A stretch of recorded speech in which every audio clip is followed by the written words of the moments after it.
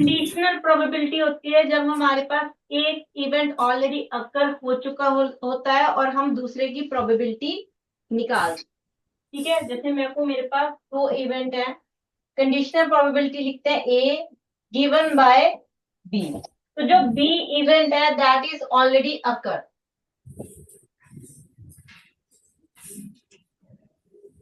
Already occur. एक event already अकर हो चुका होता है, उसके बाद हम फिर सेकंड जो हमें इवेंट दिया होता है उसकी प्रोबेबिलिटी निकालते हैं। ये हमारे पास कंडीशनल प्रोबेबिलिटी होती है। बेसिकली ए पे कंडीशन लगी बी की कि हमें ए की प्रोबेबिलिटी बी से ही निकालनी है। एग्जांपल से समझते हैं थोड़ा सा। अगर मैंने कहा मेरे पास एक डाइस है जिसको मैंने रोल किया और आउटकम्स आ गए आपके पास 1 2 3 4 5 एंड 6। ठीक है, इन आउटकम्स में से मैंने इवन नंबर निकाल लिए, तो मेरे पास बी मैंने जो लिया दैट इज इवन नंबर 2 4 6। ठीक है, ये मैं ऑलरेडी डन कर चुकी हूँ। अब मुझे प्रोबेबिलिटी चाहिए, प्रोबेबिलिटी ऑफ अ 4 आने की प्रोबेबिलिटी चाहिए जो हम ऑलरेडी डन। देखो फॉर्मूला है, फॉर्मूला हम लगा देंगे। पहले मैं जस्ट इसको समझाना चाहती थी कि अगर मुझे 4 निकालना है, अब मुझे अगर मैं एमसीक्यू के बिहाफ पे इसको सॉल्व करूं, अब मुझे जो 4 निकालना है मैं टोटल आउटकम की जगह मैं जो ऑलरेडी मेरी प्रोबेबिलिटी ऑलरेडी इवेंट जो डन हो चुका है उससे निकाल सकती हूँ। अब मुझे जो बाद में इवेंट निकालना है वो इससे निकालना है, इससे सैंपल स्पेस से नहीं निकालना। क्लियर? तो इसमें बी में 4 कितने बार अकर हो रहा है? 1 टाइम आ रहा है। ठीक है, 1। और बी में टोटल आउटकम्स कितने हैं? 3। तो मेरे पास प्रोबेबिलिटी ऑफ 4 की आ गई 1/3। अब बी ऑलरेडी डन हो चुका था तब। अगर मैं फॉर्मूले में जाऊं तो सेम आंसर आएगा। फॉर्मूला आई थिंक सबको आता है, मैं फॉर्मूला लिख देती हूँ।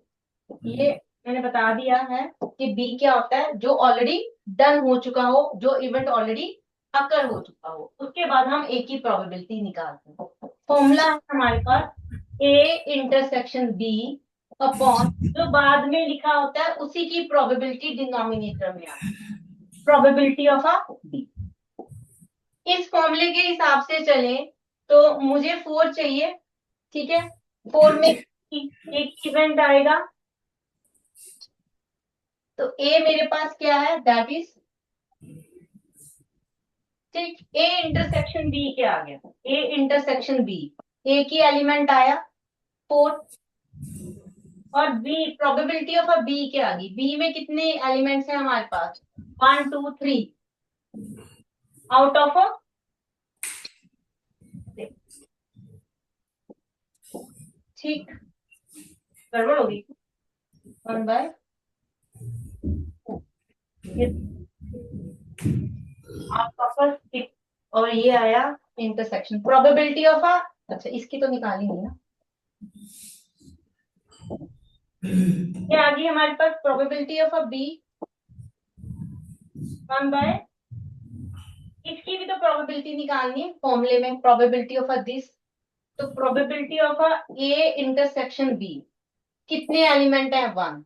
इसकी प्रोबेबिलिटी अगर मैं इस केस में जाती हूँ इंटरसेक्शन में, तब मैं सैंपल स्पेस ही लूंगी। सैंपल स्पेस कितने हैं? 6। तो ए इंटरसेक्शन बी कितना है? 6। दोनों की वैल्यू यहाँ फिल करो, आंसर सेम आएगा आपके पास, आंसर सेम आएगा। तो उठाते थे,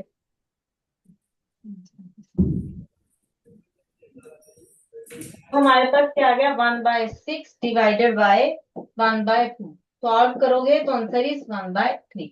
आंसर सेम आता है, चाहे आप फॉर्मूले से करो चाहे दूसरा मेथड है जो ऑलरेडी अकर हो चुका है, आप उसका सैंपल स्पेस लिख लो। उसका जब आप सैंपल स्पेस लिख लोगे, इवेंट्स लिख लोगे, उसमें से जो बाद में हमें चाहिए उसी से निकालना है। तब आप ये एमसीक्यू के लिए, उसमें प्रेजेंटेशन नहीं ना होती, तो आप एमसीक्यू में ऐसे डन कर सकते हो। अदरवाइज आप प्रॉपर प्रेजेंट करोगे conditional probability. Conditional probability means मुझे ए की प्रोबेबिलिटी चाहिए जब मेरे पास बी ऑलरेडी अकर हो चुका है, तो ए की प्रोबेबिलिटी पे कंडीशन लगी बी की। क्लियर? ये हमारे पास कंडीशनल प्रोबेबिलिटी। ठीक है, आई थिंक ये किया हुआ है, फॉर्मूला आता है सबको, ये मैंने फॉर्मूला लिख भी दिया है।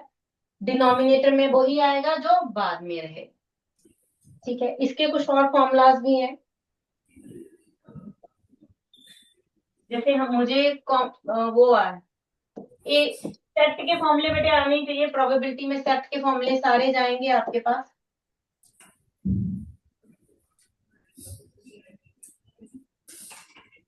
प्रोबेबिलिटी में है तो सब कुछ प्रोबेबिलिटी में जाएगा।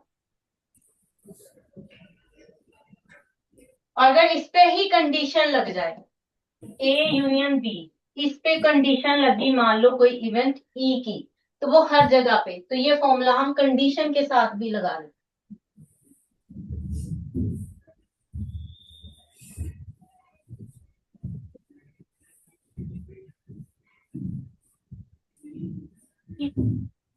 कंडीशन के साथ भी लगा देते हैं।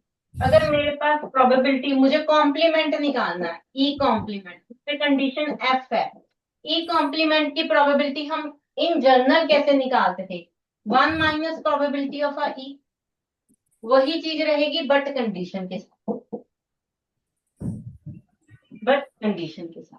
तो फॉर्मूले चेंज नहीं हुए बट कंडीशन साथ में लग रही है, गिवन दैट जो है वो साथ में लग रही है। स्टेटमेंट ध्यान से पढ़नी है। अगर स्टेटमेंट में जहां पे लिखा है फाइंड द कंडीशनल प्रोबेबिलिटी, जब फाइंड द प्रोबेबिलिटी, तो पी साथ हमेशा वो टर्म आएगी, प्रोबेबिलिटी आपको उसकी निकालनी है जो गिवन दैट है, जो ऑलरेडी अकर है, वो बाद में आता है। बस स्टेटमेंट पे थोड़ा सा ध्यान रखना है, क्वेश्चन के फॉर्मूले आपको आते हैं। क्लियर है? तो फर्स्ट एग्जाम क्वेश्चन कर लेते हैं हम। फर्स्ट क्वेश्चन क्या बेस्ड है, let A and B two events such that probability of M and N, A, B, let M and N be two events such that probability of a M given है आपको, probability of a M question 1 is equal to 0.6, probability of a N, probability of N given है बेटे 0.2, probability of M intersection N भी given है, that is 0.1. Find the value of a probability M complement given that N complement. हाँ जी, roll number 1,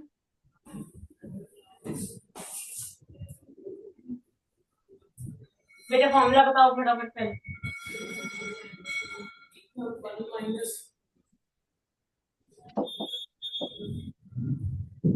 Probability of M by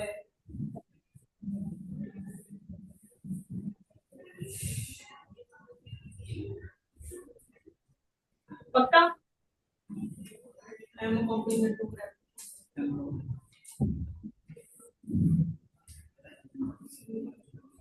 इसको छोड़ दो, इस पे कंडीशनल प्रोबेबिलिटी का फॉर्मूला लगाओ। Probability M dash M complement intersection M complement by M probability of M complement. अब देखो क्या आया है हमारे पास, M complement intersection N complement, इसकी वैल्यू चाहिए मुझे, मुझे तो दी नहीं ना हुई। डी मॉर्गन लॉ लगा सकते हैं इस पे हम, तो ये किसके इक्वल होगा,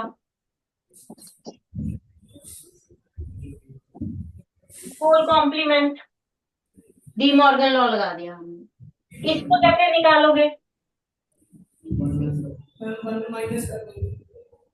1 minus probability of M union, ठीक है, 1 माइनस, तो M यूनियन N गिवन नहीं है बट फॉर्मूला लगा के हम M यूनियन N निकाल सकते हैं।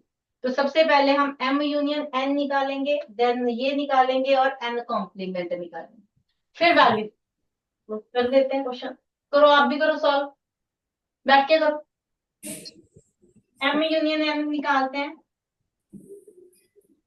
Probability of M plus probability of N minus probability of M intersection M, value fill कर दो।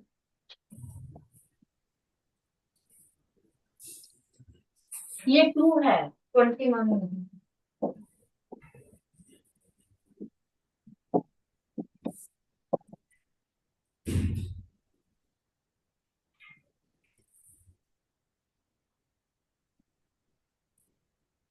देखो जरा, एम यूनियन एन यही आया बेटे सबका।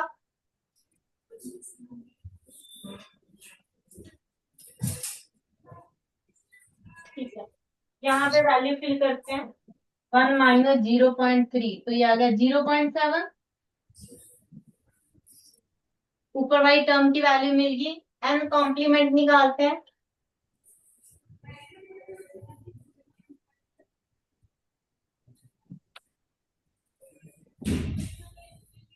N complement is equal to 1 minus probability of A N.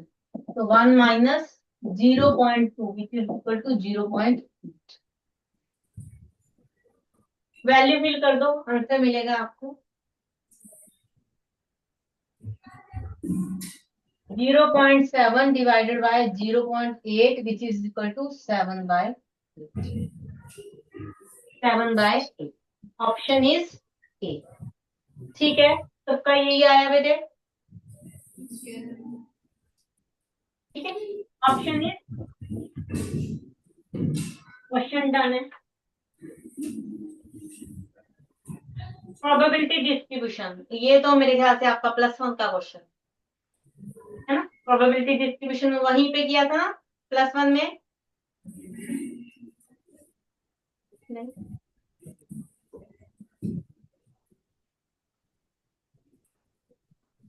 Question number 2। Ma'am binomial distribution है हमारे सिलेबस में?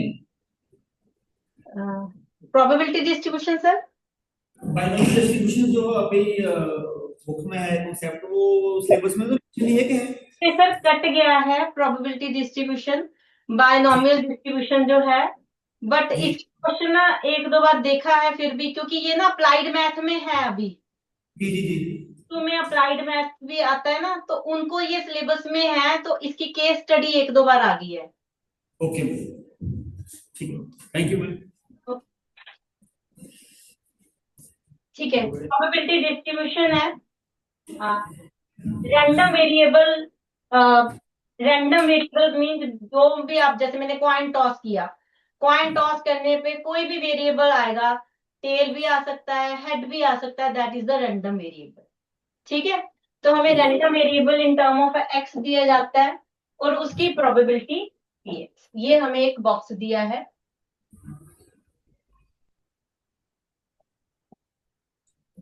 जीरो, 1, 2, 3, 4। ठीक है, एक्स 0 है तो प्रोबेबिलिटी 0.1 है, 1 पे के है, 2 पे 2 के है, और 3 पे के है हमारे पास, 4 पे G। तो इसमें आपको सिंपल इतना याद रखना है, मोस्टली के वगैरह की वैल्यू फाइंड करनी होती है कि सम ऑफ प्रोबेबिलिटी जो है वो 1 होता है, पता ही है ये आपको। Summation P I is equal to 1, sum of probability P I लिख दो, समीशन पी एक्स आई लिख दो, एक ही बात है, ये हमारा एक्स आई है। ठीक है, ये भी लिख सकते हो, समीशन पी है, एक ही नाम है। तो it mean sum of probability is equal to 1, without X आपने उसको सॉल्व करना है।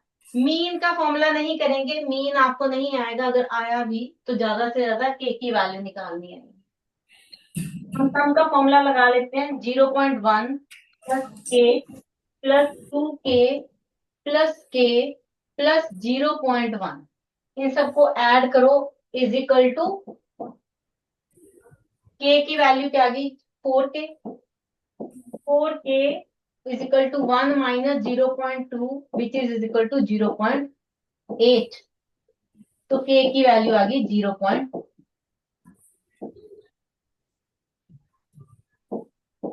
के हमारे पास क्या आ गया, चेक करो जरा, कैलकुलेशन ठीक की मैंने। ठीक है, के की वैल्यू आई 0.2। हमें क्या निकालना है, k is an unknown constant, the probability that the random variable x taken the value 2, जब हमारे पास x 2 आता है तब उसकी प्रोबेबिलिटी क्या है। 2 आने पे प्रोबेबिलिटी 2k है, तो हमें ये वैल्यू निकालनी है। हमें क्या निकालनी है? Probability of A 2 which is equal to 2k। 2 into K की वैल्यू 0. वो आ गया 0.4। इट मीन्स 4/10, 2/5 आंसर है। Answer option is C. Option is C, 2/5। Clear बेटे? ठीक है। क्वेश्चन नंबर 3 भी आपका कंडीशनल प्रोबेबिलिटी ही है, वो करते हैं।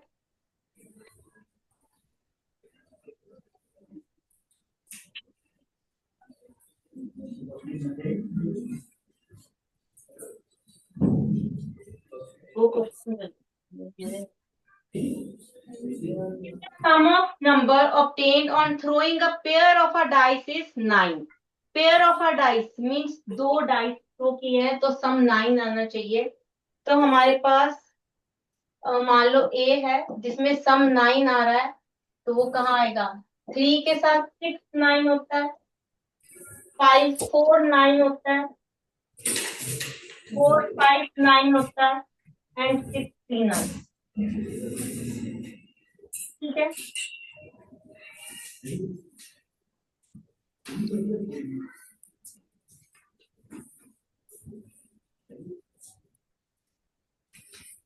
Then the probability that number obtained one of our dice is 4। जी हम ले लेते हैं one of a dice is 4। एक डाइस में 4 आना चाहिए।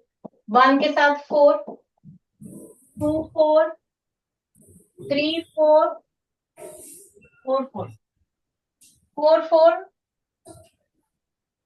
5 4, 6।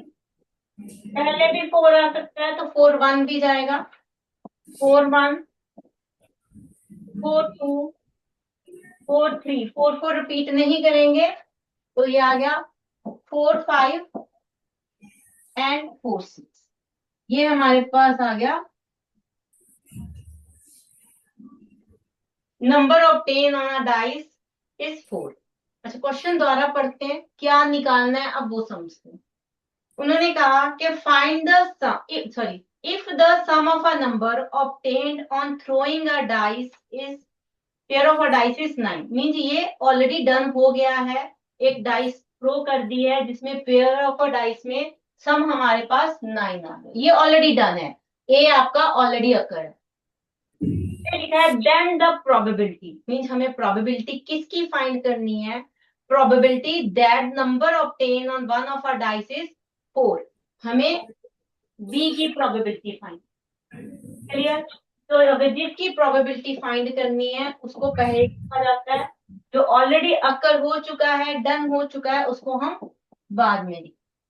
उसके बाद हम फॉर्मूला लगा देंगे, फॉर्मूले से भी करेंगे और डायरेक्ट भी देखेंगे। फॉर्मूला आ गया A intersection B upon probability of a A. ठीक है। A intersection B, common elements निकालते हैं पहले। ए इंटरसेक्शन बी 5 4 4 5, क्योंकि बी में हमारे पास वही एलिमेंट है जिसमें 4 आ रहा है, तो कॉमन एलिमेंट 2 ही आए हैं, 5 4 एंड 4। ठीक है। तो इसकी प्रोबेबिलिटी देखो क्या आएगी, probability of A intersection B. बताओ जरा क्या आएगी, row number 2। Probability of A intersection B.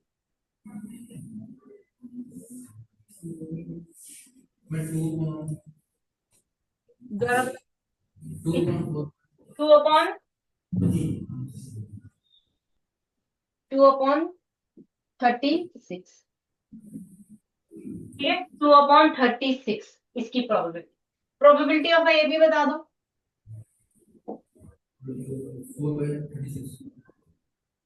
Probability of ए 4/36। ठीक है, यहाँ वैल्यू फिल कर देते हैं। ऊपर कर दूं थोड़ा सा, तो प्रोबेबिलिटी ऑफ C/A क्या आ गया हमारे पास? 2/36 अपॉन 4/36। ये क्या पे, यहाँ पे जब भी आप सॉल्व करो ना तो कोशिश करो कटिंग ना करो, कटिंग यहाँ पे करो लास्ट। ठीक,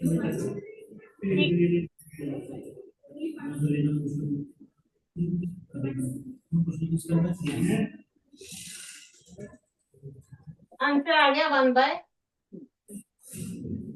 ठीक है। मैंने बस इतना बताया अभी कि अगर यहाँ पे आप प्रोबेबिलिटी बेटे निकालते हो, जैसे यहाँ पे 4 एंड 36, 2 एंड 36 कट हो रहा है, तो यहाँ पे मत काटना, यहाँ पे ही काटना, और ये मैं 2 बार बता चुकी हूँ। ठीक, ये आया हमारे पास 1/2। अगर मुझे इसको इस फॉर्मूले से नहीं निकालना, एमसीक्यू है, मैं डायरेक्ट सॉल्व करना चाहूँ, तो मुझे जरा बताओ, अगर ऊपर बी, बी किससे निकालना है मुझे? ए से।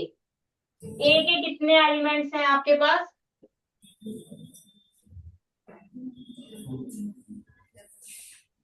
एक, दो, तीन, चार, 4 एलिमेंट है। उसमें से मुझे बी निकालना है। बी हमारे पास क्या है? 4। ए के डाइस में 4 आना चाहिए, तो ए में कितने बार 4 आया है? 1 एंड 2। ठीक है, फॉर्मूला नहीं लगा रही, डायरेक्ट सॉल्व कर रही हूँ। क्या है? ए, जो ऑलरेडी डन हो चुका है, तो मैंने ए की सैंपल स्पेस डाउन बेटा। चल, ए ऑलरेडी डन हो चुका है, तो हमने ए की सैंपल स्पेस लिख ली। अब बी को मुझे ए से निकालना है। बी मेरे पास क्या है? 4 अकर इन एनी डाइस, है ना?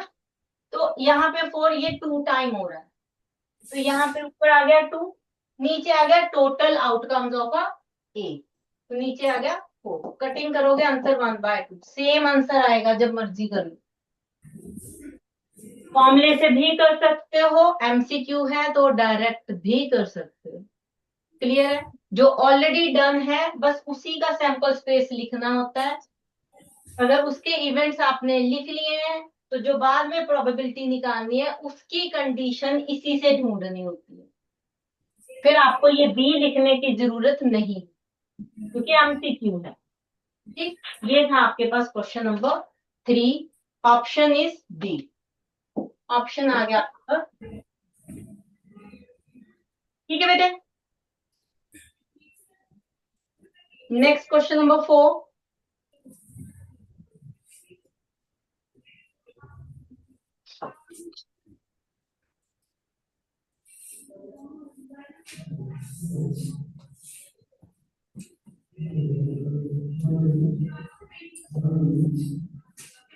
If A and B are two events such that probability of a A given B is equal to 2 time of probability of a B given A,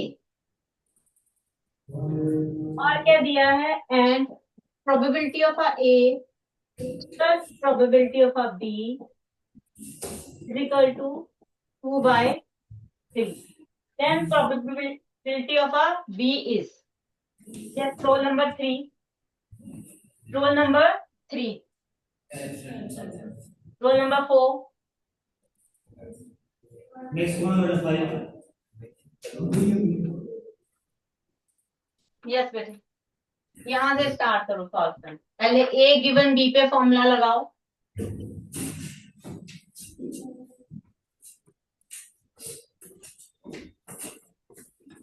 पहले तो इसका फॉर्मूला लिख लेंगे दोनों का। हाँ जी, फॉर्मूला बताओ।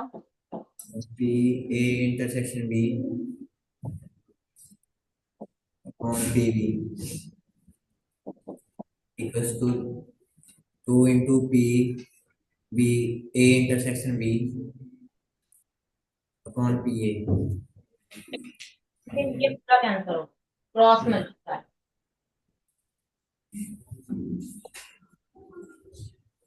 इतना डन, आगे बोलो। आगे उसमें से पी प्रोबेबिलिटी ए की वैल्यू इसमें फिल कर देंगे। एस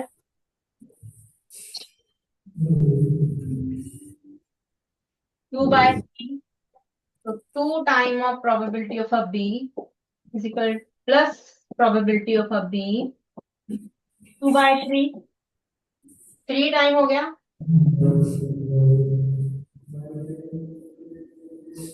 2/9 क्या निकालना था? Probability of B. ठीक है बेटे, go to your seat. Probability of A B क्या आ गई हमारे पास? 5/9।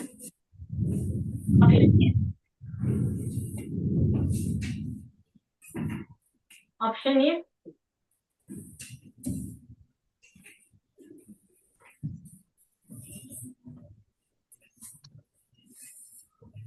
तब जाएगी यस तो। क्वेश्चन नंबर 5 नहीं करेंगे क्योंकि उसमें मीन है। मीन आपके सिलेबस में नहीं आएगा। आपको ज्यादा से ज्यादा जैसे एग्जांपल मैंने करवाई थी 2, वो केस स्टडी में आता है, एक एमसीक्यू 2 है ना। क्वेश्चन नंबर 6 देख लेते हैं।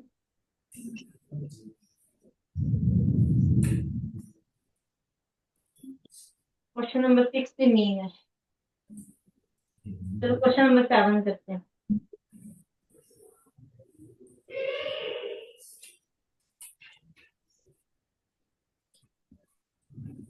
Two dice are thrown, defined as the following two events, A and event A क्या है?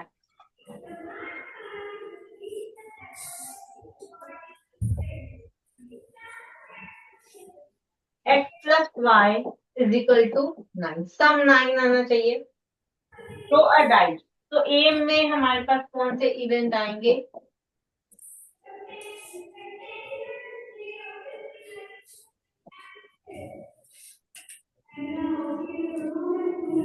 Four five.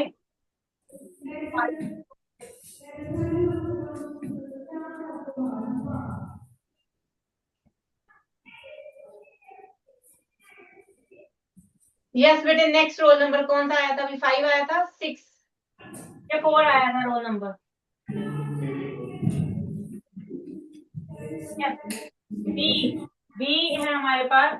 B is equal to x y plus that x not equal to 3। X is not equal to 3। तो B के sample space बताओ जरा। 4 5 5 4 5 4 5 5 4 5 4।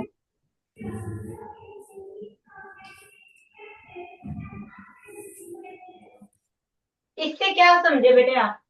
इस line से आपको क्या समझ आया कि क्या कह रहे हैं? बी में कौन से सैंपल स्पेस आया, कौन से इवेंट्स आए? X is not equal to 3। X 3 नहीं होना चाहिए, बाकी जो मर्जी हो सकता है। वाई कुछ भी हो सकता है। तो क्या आएंगे इवेंट्स? क्या आएंगे? 6 3 3 6 क्यों हो गया? 3 6 कैसे आएगा? 3 तो एक्स है। मीनिंग कि x इक्वल 3 ना हो, ये मतलब कि यार x 3 क्या हो, टोटल इंटेंसिटी कितना हो गया? 36 आ गया ना। 36 में जितना वो 3 आ रहे हो नहीं लेने बाकी लेने। तो सो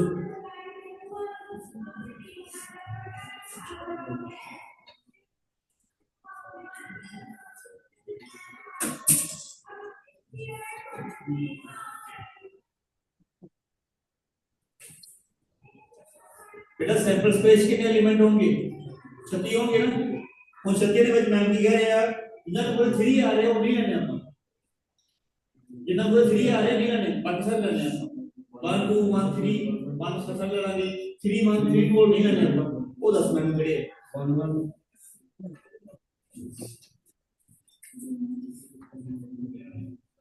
वन की तो सारी लाइन ही आ गई ना। हमें y3 ले सकते हैं। y पे कोई कंडीशन नहीं लगाई हुई, सिर्फ x पे कंडीशन है। तो वन की तो सारी लाइन आ गई 1 2 6, है ना। ठीक है लाइन पे छोड़ दो उसको।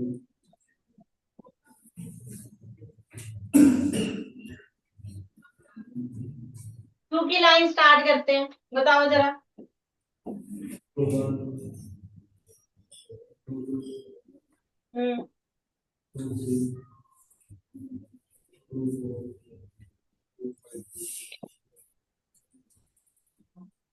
आगे बताओ। 4 1 3 नहीं लेना तो मीन 3 वाली लाइन नहीं आएगी। 4 1 4 2 4 2 अप टू 4। ठीक है। 5 वाली भी सारी लाइन आएगी। 5 1 5 2 अप टू 5। की भी सारी लाइन आएगी। 6 1 6 2 अप टू 6। ये रहे आपके sample space in A B. ठीक है, बी के इवेंट्स आ गए हैं। कितने इवेंट्स हैं बी में? टोटल कितने इवेंट होते हैं? 36। एक सिक्स इवेंट कम हुए हैं, 3 वाली पूरी लाइन कम हुई है, मीन्स 6 इवेंट। यहाँ से लेके यहाँ तक के 6 इवेंट होते हैं। 3 की लाइन कम होगी तो -6 इवेंट्स कितने आ गए बी में? 30। आगे क्वेश्चन रीड करते हैं। If event A and B are independent और म्यूचुअली एक्सक्लूसिव। चलो इंडिपेंडेंट बाद में चेक करेंगे, पहले ये बताओ इंडिपेंडेंट होते क्या है। दो इवेंट्स बोल दिए A and B are independent. मैंने कहा ए एंड आर इंडिपेंडेंट, है ना? तो मतलब बताओ जरा, ए एंड बी इंडिपेंडेंट है तो क्या समझे आप?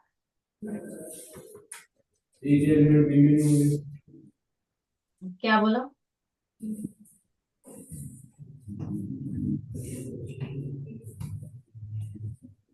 जरा बताओ। Anyone know about it? Anyone? Would you able to do? You know this statement? Come forward. Then probability of A into probability of B equals to probability of A intersection. वो formula है, ठीक है।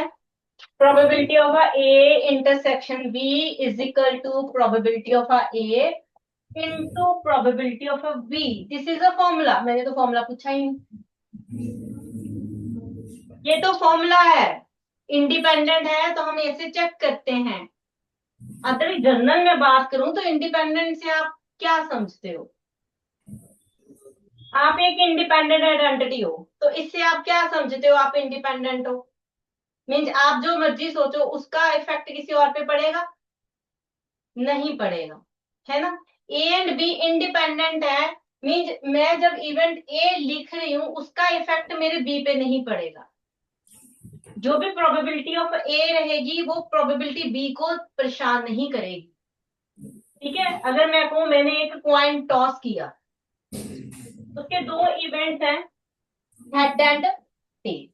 Head आने की अपनी probability है, tell आने की अपनी प्रोबेबिलिटी है। एक कॉइन टॉस किया है, प्रोबेबिलिटी ऑफ अ हेड क्या है? 1/2। प्रोबेबिलिटी ऑफ अ टेल क्या है? 1/2। अब चाहे मैं पहले टेल निकाल लूं तब भी 1/2 रहेगा, पहले हेड निकाल दूं तब भी वो 1/2 रहेगा। इट मीन्स कि प्रोबेबिलिटी ऑफ अ हेड जो हम निकाल रहे हैं उसका effect probability of a tail पे नहीं पड़ रहा। ठीक है, जब दो इवेंट का इफेक्ट एक दूसरे पे नहीं पड़ता तब वो इंडिपेंडेंट होते हैं। क्लियर? ठीक है, ठीक है, फॉर्मूला ठीक है। अब देखो हम कंडीशनल से डाउन बेटे, आप भी जाओ। कंडीशनल प्रोबेबिलिटी करते थे, प्रोबेबिलिटी ए पे कंडीशन लगाई बी। ठीक है, नेक्स्ट पे करते हैं। हमने कंडीशनल प्रोबेबिलिटी की ए गिवन दैट बी, बी की बी जब हमने निकाला उसका इफेक्ट ए पे पड़ रहा था। इस केस में जब मैं बी ऑलरेडी डन कर चुकी थी, उसके बाद जब मैंने ए की प्रोबेबिलिटी निकाली तो ए पे इफेक्ट पड़ा बी का, पड़ा। इस केस में इसका फॉर्मूला लिखते हैं एक बार। ये था, क्रॉस मल्टीप्लाई कर दो।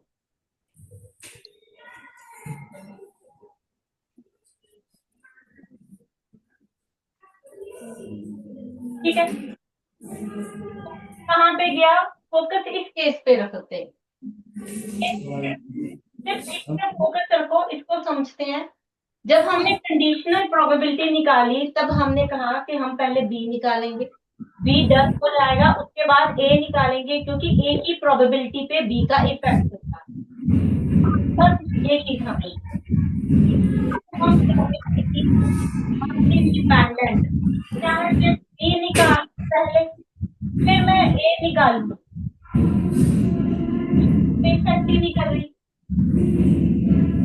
होने या नहीं होने पे ए को कोई फर्क नहीं पड़ रहा, तो इसकी अपनी प्रोबेबिलिटी है। जैसे हमने अभी कहा एक हेड आना एक टेल आना, मैं पहले टेल निकाल रही हूँ, मेरे पास टेल की प्रोबेबिलिटी है, Z की प्रोबेबिलिटी में कोई चेंज आया? वो इंडिपेंडेंट है। तो हमारे पास अगर A इंडिपेंडेंट है तो B पहले आ भी गया, कोई फर्क नहीं पड़ता। इसके पास क्या बन गया? A ही बन गया इसके, उस पर कोई इफेक्ट नहीं डाला, कोई इफेक्ट नहीं डाल रही, इसलिए ये कंडीशन थी वो A ही बन गई, प्रोबेबिलिटी ऑफ A। चाहे मैं बाद में निकाल लूं चाहे मैं पहले निकाल लूं, प्रोबेबिलिटी यही रहेगी। ये होता है इंडिपेंडेंट का फॉर्म। एक इवेंट दूसरे पे इफेक्ट ना डाले तब हम कहते हैं इंडिपेंडेंट। इवेंट्स आर इंडिपेंडेंट क्योंकि उनकी प्रोबेबिलिटी एक दूसरे पे इफेक्ट नहीं डाल रही। ठीक है, तो फॉर्मूला आप ऑलरेडी कर चुके हो, तो आता है, तो बस मैंने समझाना ही था, वो मेरा काम था। दोबारा से हमारे पास क्या है? Probability of A intersection B is equal to probability of A into probability of B। No doubt बेटे आप फॉर्मूला से ही करते हो क्वेश्चन, नो डाउट आपको फॉर्मूला से ही करने हैं। सिर्फ आपको पता फिर भी होना चाहिए कि इंडिपेंडेंट कब होते हैं। अब इसमें दूसरा एक वर्ड और यूज हुआ है, म्यूचुअली एक्सक्लूसिव, है ना? ये है A and B are mutually exclusive. वो क्या होता है वो समझाओ जरा मुझे। A and B are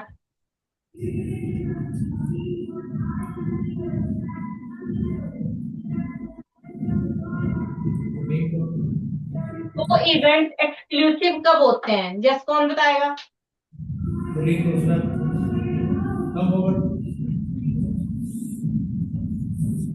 And when A intersection B is 0.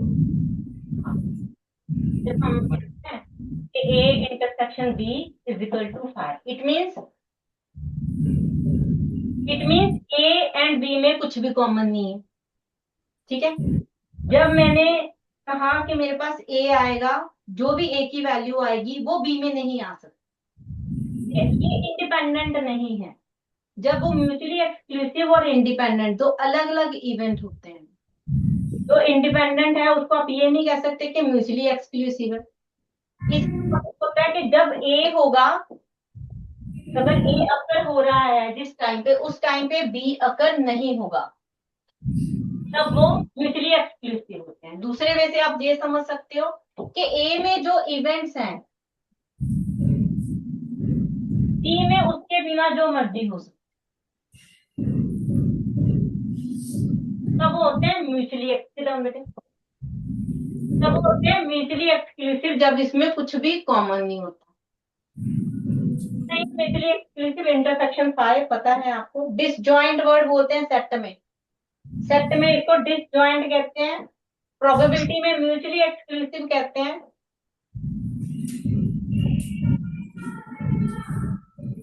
तो प्रोबेबिलिटी क्या आ गई इसकी?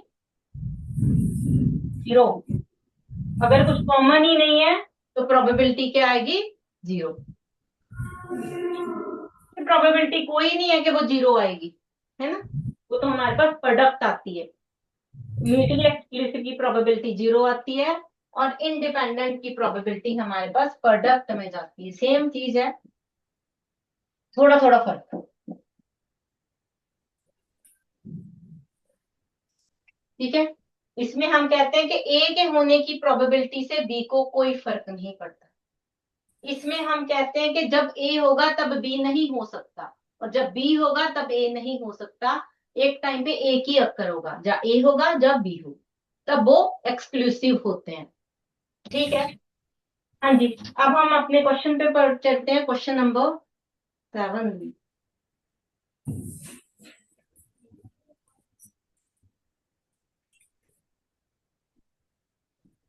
ये रहा आपका question number 7। A and B are independent. Exclusive की बात कर लेते हैं, वो इजी है। A एंड B में कुछ कॉमन है? ए एंड बी में कॉमन एलिमेंट दिखे आपको, ये रहा 4, ये रहा, और ये 3 कॉमन एलिमेंट हैं हमारे पास। तो A intersection B is not equal to 5, therefore A and B are not mutually exclusive. ठीक है, they are not mutually exclusive. Common element हमें 3 दिख गए। इंडिपेंडेंट की बात कर लेते हैं, थोड़ा क्वेश्चन डन हो जाएगा। ए इंटरसेक्शन बी निकाल लो, ए इंटरसेक्शन बी 3 एलिमेंट्स हैं, तो इसकी प्रोबेबिलिटी क्या आ जाएगी 3/36। प्रोबेबिलिटी हम यहाँ पे हम टोटल आउटकम से ही निकाल रहे हैं। प्रोबेबिलिटी ऑफ ए क्या आ गई हमारे पास 4 है, 4/36। और प्रोबेबिलिटी ऑफ बी क्या आ गई आपके पास, हमने अकाउंट कर लिए थे 30 थे, 30/36। करो सॉल्व, मल्टीप्लाई कर दो। Probability of A into probability of 4/36 into 30/36 करना जरा सॉल्व।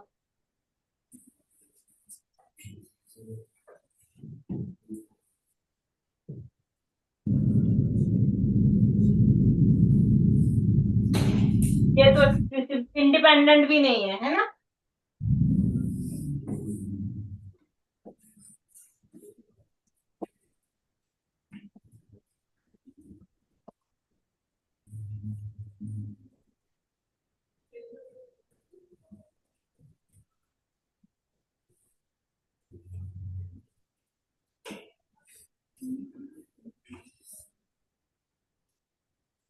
क्या है बेटा P A into P B,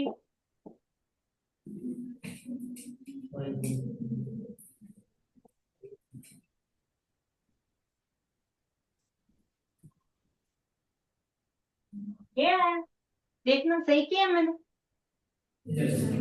ठीक है, ये आया P A into P B, और P of A intersection B हमारे पास 1/12 आया था। नॉट इक्वल आ गए, तो नॉट इंडिपेंडेंट। ठीक है, ये क्वेश्चन भी डन है। Not independent and not mutually exclusive, दोनों ही आंसर नो है।